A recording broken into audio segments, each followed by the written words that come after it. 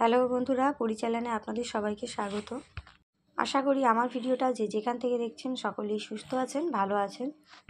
আজ আমি রান্না করব পাঁচমিশালি চচ্চড়ি। বন্ধুরা, এখন তো শীতের সময়, আর খাওয়ার সময় পাতে যদি পড়ে এরকম গরম গরম ভাতের সাথে পাঁচমিশালি চচ্চড়ি, তাহলে খেতে তো অসাধারণ লাগে।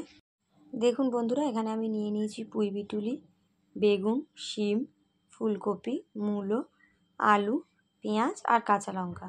সবজিগুলোকে আমি কেটে ভালো করে ধুয়ে পরিষ্কার করে নিয়েছি। এখানে আমি কিছুটা চিংড়ি মাছ নুন হলুদ মাখিয়ে রেখেছিলাম।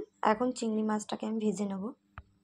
মাছ আমার ভালো করে ভাজা হয়ে গেলে ফোড়নের জন্য দিয়ে দিচ্ছি একটা তেজপাতা আর 1 চামচ পাঁচফোড়ন।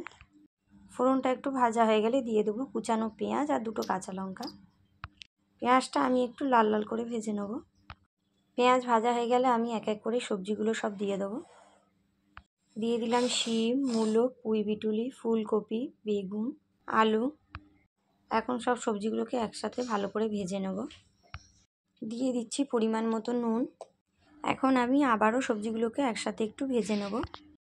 এবারে একটা বাটিতে আমি আগে থেকেই হলুদ গুঁড়ো, জিরের গুঁড়ো, ধনের গুঁড়ো জলে একটু গুলে রেখেছিলাম। এখন সেই মশলাটা দিয়ে আমি একটু হালকা করে কষিয়ে নেব। মশলাটা আমার কষানো হয়ে গেলে আমি দিয়ে দেবো পরিমাণ মতন জল।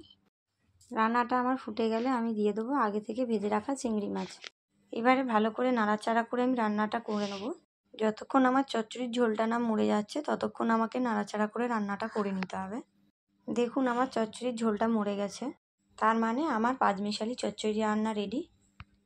আজকের রেসিপি চিংড়ি মাছ দিয়ে পাঁচমিশালি চচ্চড়ি। আমার এই রেসিপিটি যদি আপনাদের পছন্দ হয়ে থাকে তাহলে একটি লাইক করে কমেন্ট করবেন, আর এরকম আরও ভিডিও পেতে চ্যানেলটি সাবস্ক্রাইব করে পাশে থাকবেন। আজকের মতো এখানেই সমাপ্ত। দেখা হচ্ছে আবার নতুন কোনো রেসিপি নিয়ে।